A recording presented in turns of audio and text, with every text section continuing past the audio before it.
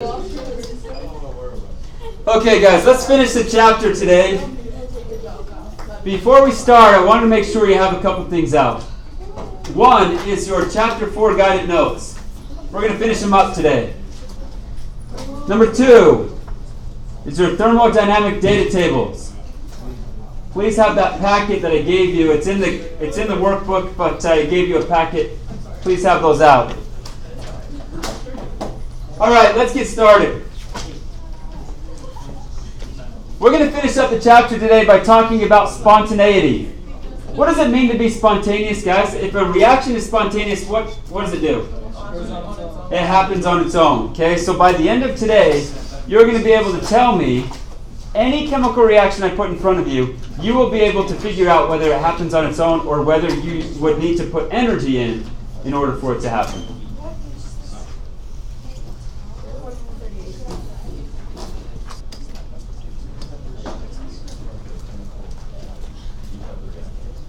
So there's 3 factors that determine whether a chemical reaction will be spontaneous. Number 1, you're supposed to write these in the notes, is enthalpy, change in enthalpy. Whether it's exo or endothermic. Number 2 is change in entropy. We talked about this last time, but what is entropy, guys? What does it measure?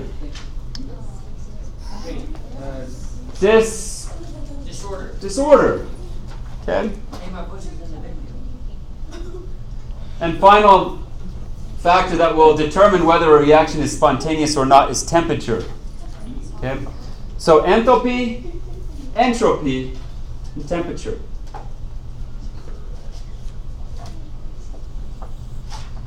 So determining whether a chemical reaction is spontaneous or not.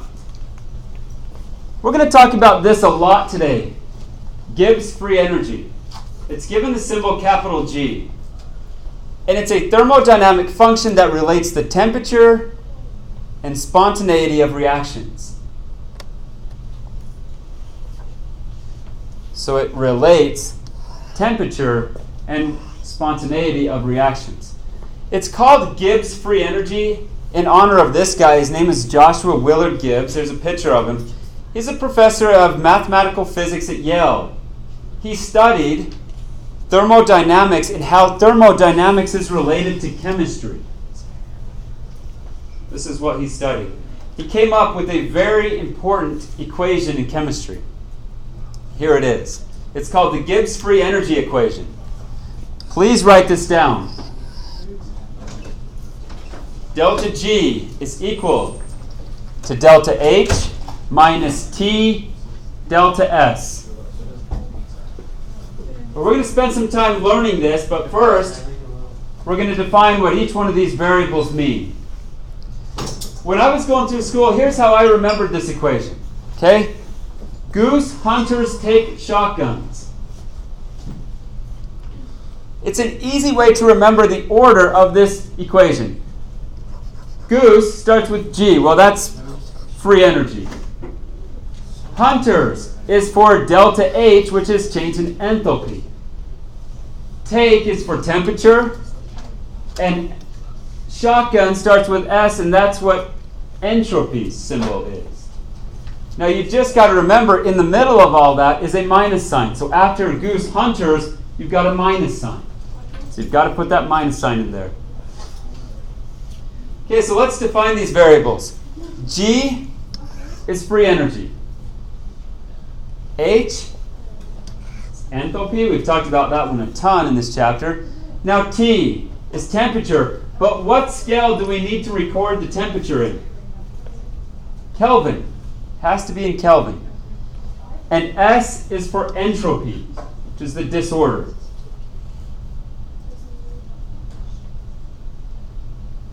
One thing to keep in mind, if this is Kelvin, if we have degrees Celsius, actually, Kelvin is equal to degrees Celsius plus what?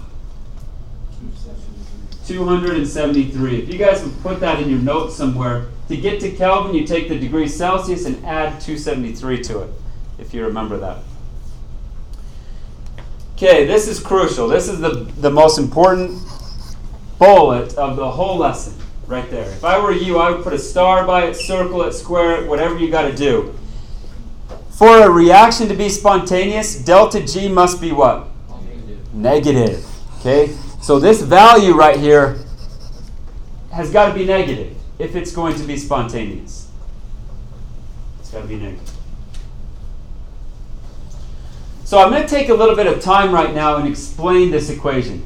If delta G has to be negative in order to be spontaneous, I'm going to ask you some questions about these other variables. Would it be better that the reaction is endo or exothermic if this ultimately was to be negative? Exothermic, because we want delta H to be negative, which is exothermic. Now there's a minus sign that's built into that equation. Would it be better, guys, that temperature is high or low? This minus sign isn't going anywhere, so we want these to be positive, right? So we want temperature to be high. So a high temperature. And what about delta S? We want it to be positive or negative?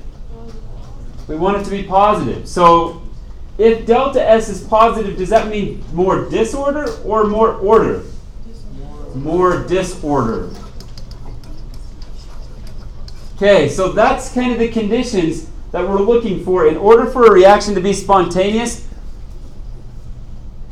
exothermic is better. High temperatures and something that leads to more disorder will be better. And that's what leads reactions to be spontaneous. Okay, so what if it isn't negative? What if delta G is positive? Well, the reaction will be spontaneous in the other direction. So if we flipped it around and went the reverse direction, it would be spontaneous in that direction.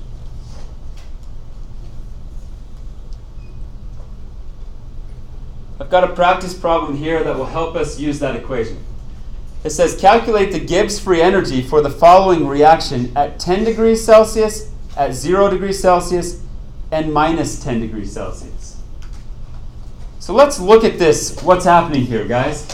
Somebody tell me what's happening. We're taking water in the solid phase and changing it to water in the liquid phase. So what process, what phase change is that called? Solid to liquid.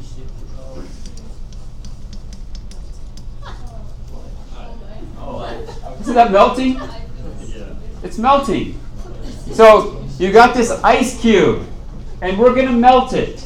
Now, I bet you could already tell me for which one of these temperatures, which one of these conditions, is it going to be spontaneous? 10. Yeah, if the temperature is above freezing, 10 degrees Celsius, this is going to be spontaneous. But let's prove it using the Gibbs free energy equation. Let's actually prove it, okay? So, let's write this equation. Goose hunters take shotguns. Now, we're going to do this 3 times, so give yourself some room. The first time we're going to do at 10 degrees Celsius. So at 10 degrees Celsius, delta G is equal to, now I told you what the delta H and the delta S values for this process are. Delta H is 6,030 minus the temperature. The temperature of this first one is 10 degrees Celsius, so what am I putting in there for Kelvin? 283. Remember, you add 273 to your degrees Celsius, you get 283. Times delta S, I told you it was 22.088. Okay, so there it is. Let's figure out what that equals. So use a calculator. Here we go. 283 was temperature, so we took the 10 degrees Celsius because we're doing this one. 273 plus 10 is 283.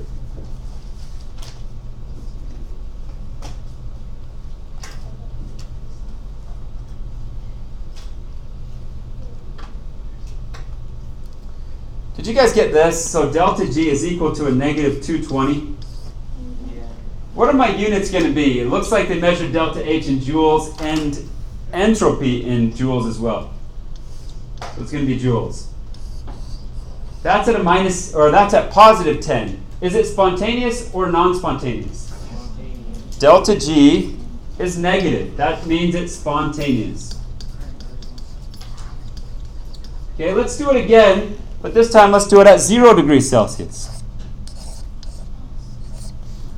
So again, delta G is equal to 6,030 minus, now what's my temperature going to be now? 273 times 22.088.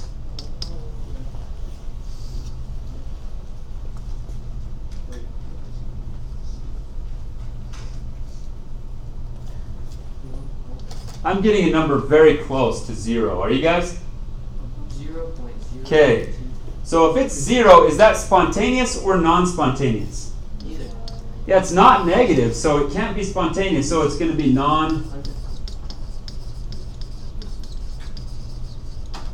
That's non-spontaneous. And just think about it, guys. 0 degrees Celsius is freezing. So this isn't going to be a spontaneous process at 0. But it's not 0. It's like Okay, so let's do this one more time, but let's do it for a minus 10 degrees Celsius.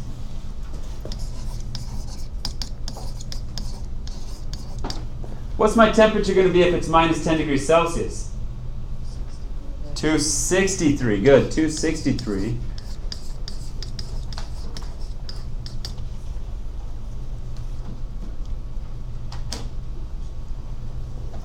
Are you guys getting this? A positive 220?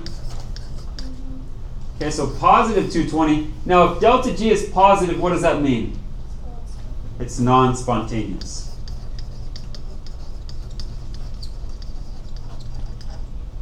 Okay, and you guys predicted it before we even did it, right? The only one where this is going to happen, where you're going to melt ice, is when the temperature is above 0. So we have just used this Gibbs Free Energy equation to prove that. And I thought that was something worth going over. So hopefully you could follow me through that and that made sense. We did get the answers right there. So let's talk about using this equation. Spontaneity can be predicted from the sign of delta H and delta S.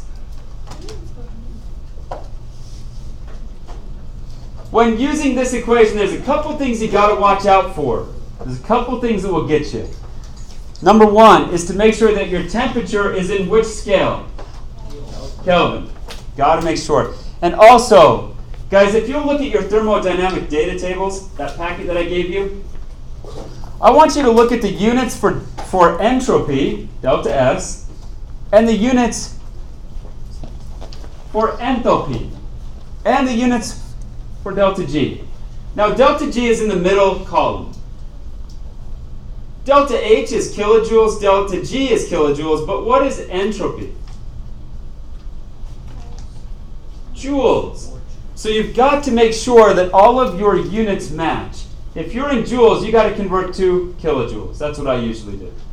Okay, so just make sure when you're putting your entropy value in that you've converted it to kilojoules. We're going to go through a bunch of practice problems and give you a chance to see that. So let's look at this equation and look at the mathematics of it. Remember that we want delta G to be negative. That's where it's spontaneous. So if delta H is negative, that means it's exothermic. So if delta H is negative, this number right here is negative, and entropy is positive, so it's getting more disordered, well, this would be spontaneous at all temperatures. That reaction would be spontaneous at all temperatures if those conditions apply. But now let's change it. What if it was endothermic?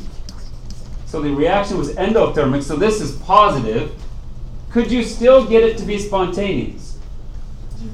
Yeah, you would just have to have a large entropy value. So this is spontaneous at high temperatures, which we say is entropy driven. You just have to have a large value here. Okay, now let's say that it is exothermic, but it is getting more ordered. So your entropy is becoming more ordered, so the sign is negative. Could it still be spontaneous? And the answer to that is yes, at low temperatures. So So we say it's enthalpy driven. This would just have to be enthalpy driven there. Okay, finally, what if it's endothermic and it's more ordered? Well, you wouldn't get it to be spontaneous at any temperatures. It's not going to be spontaneous.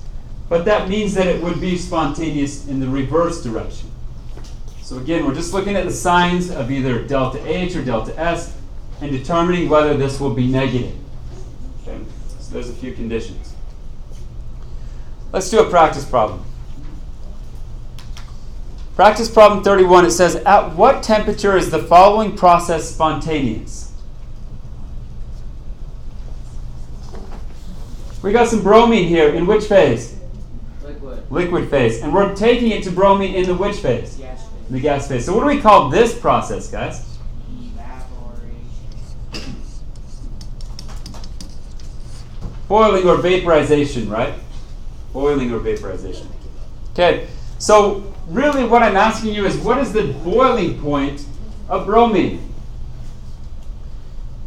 You can use the Gibbs Free Energy to predict at what temperature this is going to become spontaneous. At what temperature will this become spontaneous? That's what we need to know. Okay? So let's use it. Goose, what is that saying? Goose, hunters, take shotguns. Write it down. Okay? Now, if we want this to be spontaneous when it goes from a liquid to a gas, what does delta G got to be? Negative. So I'm going to say, what is the number that separates positive from negative numbers? Zero. So I'm going to say that delta G is 0, but really we've got to be less than 0, right? That's great. That's less than. Zeros. So really delta G's got to be less than 0. So we're going to put a 0 in for delta G. I've given you the delta H for this process. It's 31 minus, what's the temperature? Well, that's what this whole thing is asking us. What temperature will this become spontaneous? So we're going to put a T in there. We don't know it yet. We're going to solve it. And delta S, I've given you, was 93, but look at the units here. What are the units? Joules. And delta H was in kilojoules. So what should we do? I always go to kilojoules. How do we do that for this one? The left, how many times? 3 times. So there's another 0 there. So this is really 0.093 kilojoules. So let's put that in for this one, 0.093. Now, simple math equation, now we can solve it. 0 is equal to 31 minus t times 0.093. I want to get t by itself, but what should we do first? What would you guys do first? Yeah, let's subtract the 31 from both sides. Okay, so I've subtracted 31 from both sides. They cancel out there. So I got a minus 31 is equal to t times 0.093. Now, this is a negative still, right? I don't like the negatives. How could I get rid of the negative signs? Couldn't we divide it by -1? Both sides? That gets rid of the negative sign there and the negative sign there. So really what I've got is 31 is equal to t times 0.093. Now how do I solve for t? Good. Divide it on both sides. Over here it cancels out, and so t really equals, let's put a number to it, 31 divided by 0.093.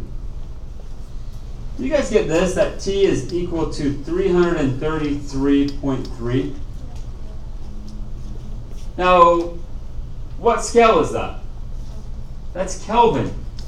Because when we do the Gibbs Free Energy equation, this temperature is in Kelvin. What if I asked you in Celsius? What would that be in Celsius? you would have to subtract 273 from that. So it's equal to 60.3 degrees Celsius. We kind of have a better idea of what Celsius is, right? So that's the temperature at which liquid bromine would start to boil and become bromine in the gas phase. Does that make sense? That's when it becomes spontaneous. At temperatures lower than this, would it happen spontaneously? No. But if you were above this temperature, then it would be spontaneous. So really, I would put greater than both of those. So Gibbs Free Energy, kind of cool. We can figure out a lot of different things when it becomes spontaneous, when the reaction becomes spontaneous. Okay, we got the question right. All right. This is a question, this practice problem 32 is a question that will test you on everything that we've learned in this chapter. Okay, it wants you to calculate delta H. It wants you to calculate delta S. And it wants you to calculate delta G. Before I give you some time to do it, let me help you out with the process here. So, what I would do, guys, how do we figure out delta H?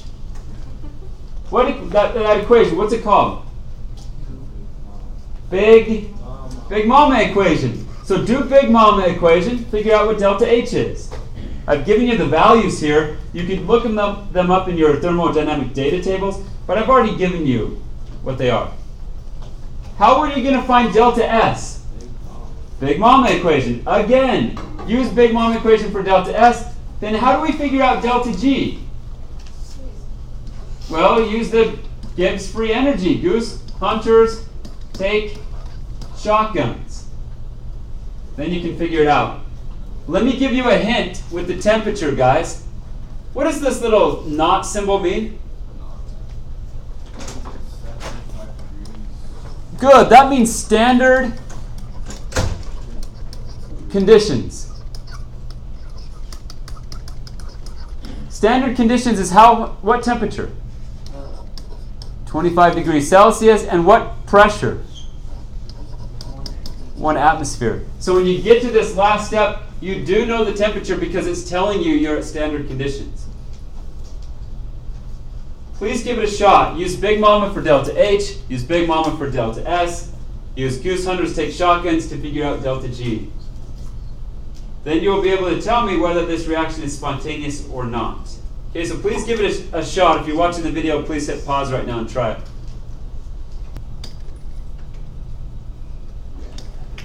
Okay, so I went ahead and solved for delta H, which is your change in enthalpy, using the Big Mama equation. If you didn't get this answer, so what I got, negative 234 kilojoules. If you didn't get that, look back.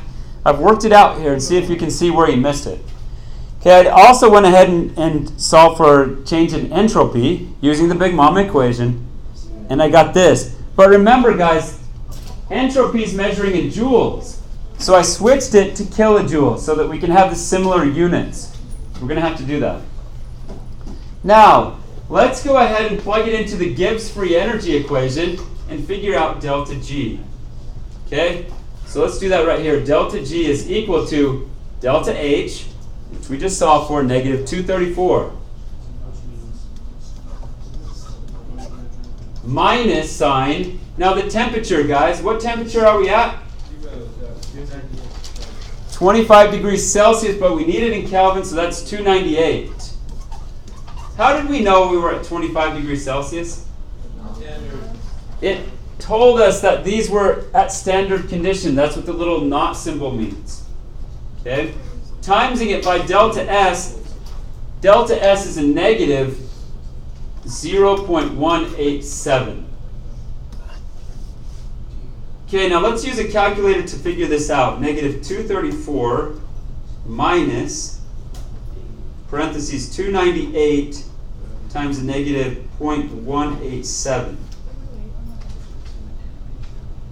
Did you guys get this? Delta G is equal to a negative 178. Raise your hand if you got that. Negative 178. What should I put my units as? Kilojoules, because we converted to kilojoules.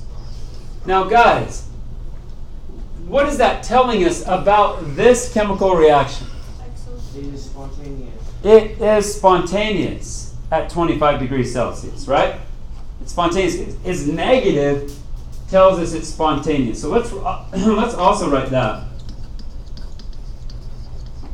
Spontaneous. Okay. Very good.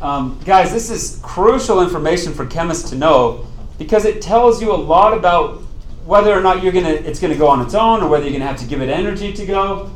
This is really important stuff. So hopefully it's making sense to you. Okay, and we did get it right, didn't we? Negative 178. Perfect. Yep, spontaneous. Okay, we can find delta G 3 different ways. We just learned one way, using the Goose Hunter's Take Shotgun equation, the Gibbs Free Energy equation. Now let's learn another way. Okay, practice problem 23. It says calculate delta G for this reaction. But they give us these reactions. We can use, what law is this called? Hess's law. This is the return of Hess's law. And we can use it to solve for delta G. Okay? So I want you guys to circle this one or box it, okay? Box this one and put target. It's really not that bad, guys. Target. Now, in our target equation, we've got carbon in the diamond form. Where do I see that in my given equations? Top one. So what should we do with it? We keep it. What should I do with my delta G value? Keep it. Okay, we're not changing it. Now, in my target, I see carbon in the graphite form. Where do I see carbon in the graphite form in my givens? On the bottom. What do I have to do here to get it to be a product? Reverse. So I'm going to make that note. What should I do with my delta G here? Yeah, reverse means to change the sign. Okay, so we'll do that in a second. Now let's rewrite equation number 2 right below it. So now I'm going to have CO2 in the gas phase going to carbon in the graphite plus O2 in the gas phase. And my delta G is going to be what? Positive 394 kilojoules. So I've switched it now. I'm going to put a line through that one so I don't get confused. Now, guys, let's add them together and see if we can make the target. Does my CO2 cancel out? Yeah. I've got CO2 on the left, cancels out CO2 on the right. Does my O2 cancel out? Yeah, O2 on the left cancels out with my O2 on the right. Am I left with the target? Yeah. Yeah, I'm left with carbon as in the diamond form on the left and carbon in the graphite form on the right. So guys, what's delta G here? It's a negative 3 kilojoules. Spontaneous or non-spontaneous? Spontaneous. Spontaneous. Does anybody have any questions about that, though? Are you telling me that if you get a diamond ring, it is spontaneously going to go to graphite? Isn't that what it's saying? It's exactly what it's saying. That will happen spontaneously. But if you get a diamond ring, should you start worrying that's going to be graphite tomorrow? No, we know that. So what's missing here? What's missing? It is spontaneous. This is going to happen. But it's not telling us anything about how long it's going to take, right? It doesn't give us any information about the speed of this chemical reaction. And lucky, the speed of this chemical reaction is very, very slow. Okay, so if you get a diamond ring, it's not going to go to graphite in your lifetime. Now, many thousands and thousands of years, it will. Okay. there's one more way to find delta G. One more way. And here it is. And you're supposed to write it down. We can use this equation to find delta G. Guys, what does this equation look like?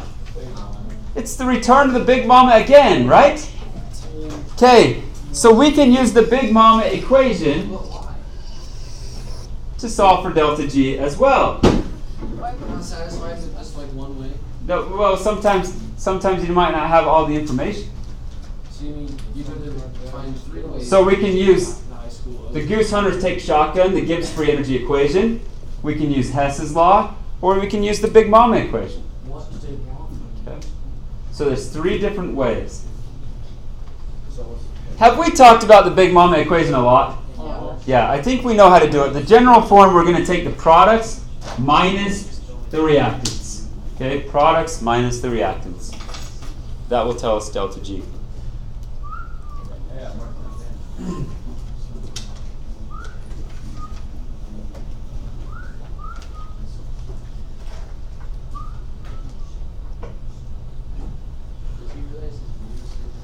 Okay, let's try a practice problem with this one. Yes, practice problem 34. It says methanol is a high-octane fuel used in high-performance racing engines. Calculate delta G for this reaction. So let me give you the reaction here. Guys, here's methanol in the gas phase. We're going to react it with oxygen and produce CO2 and water. This is a combustion reaction. It's happening inside the race car engine. I've given you the delta G of formation for all of these substances. So please take a second. I'm going to hit pause here.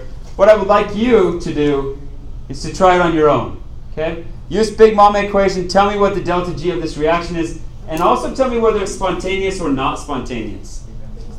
So again, if you're watching the video, hit pause and try this one.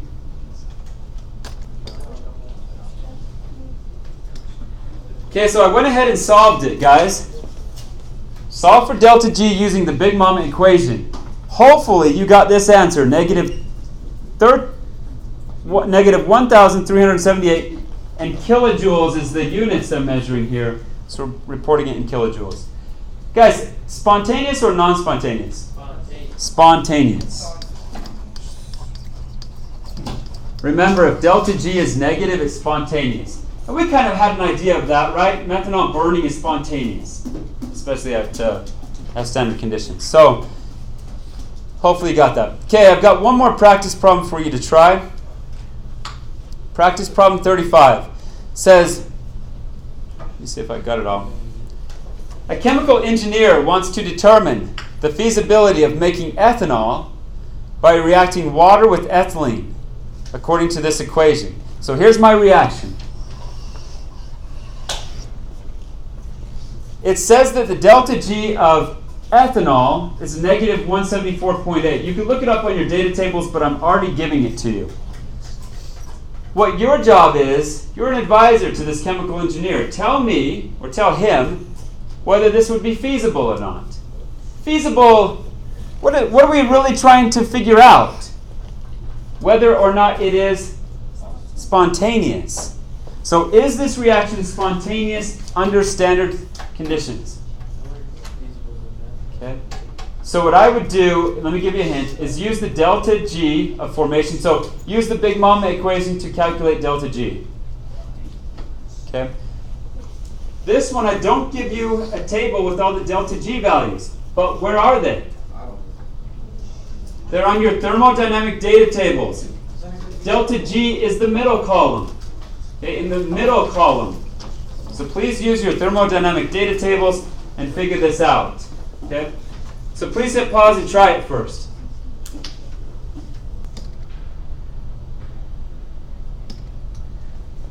Okay, so I went ahead and solved this problem, and hopefully you guys got this number that I got. That delta G of this reaction was a negative 5.9 kilojoules. Okay, negative 5.9. So that tells us if delta G is negative, that this reaction is spontaneous.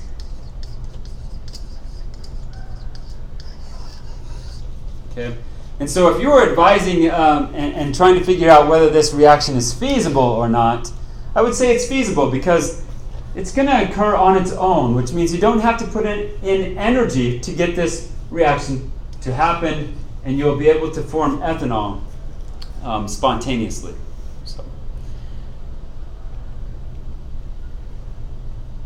So we did get it right. -6, they just rounded that up. So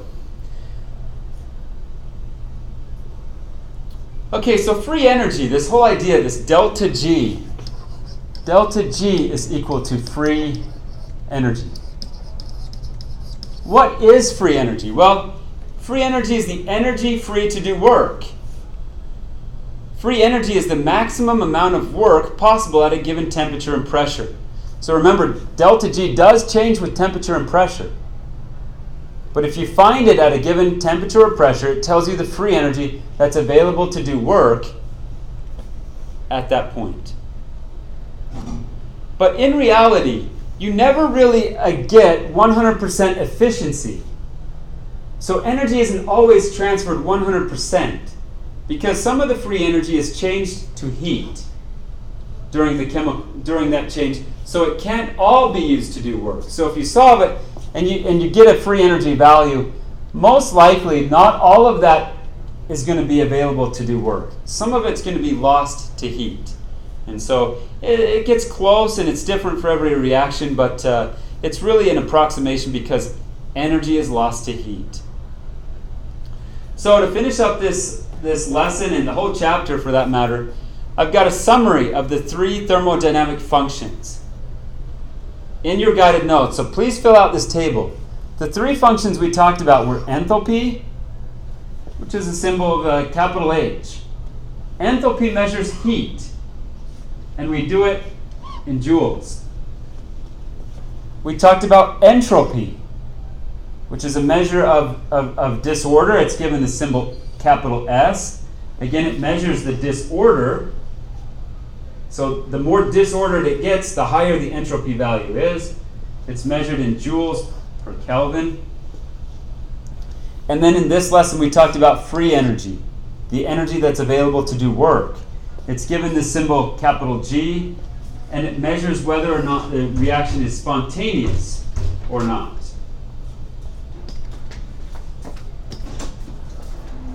And we'll measure free energy or spontaneity in joules. Okay, so we measure free energy in joules.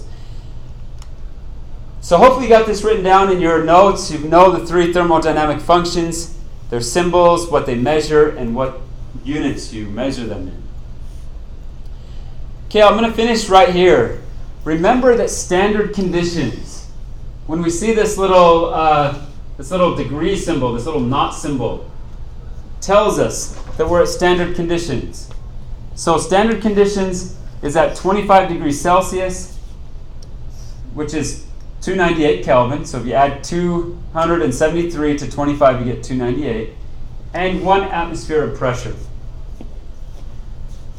All right, that's it for chapter 4, guys. To help you, I know that we went over a lot today with this Gibbs Free Energy concept. So in your student workbooks, I'd like you to go there now. There's a worksheet called Gibbs Free Energy Worksheet. Again, it's called Gibbs Free Energy Worksheet. I'd like you to get that done. See if you can't get those right. And hopefully this video helped.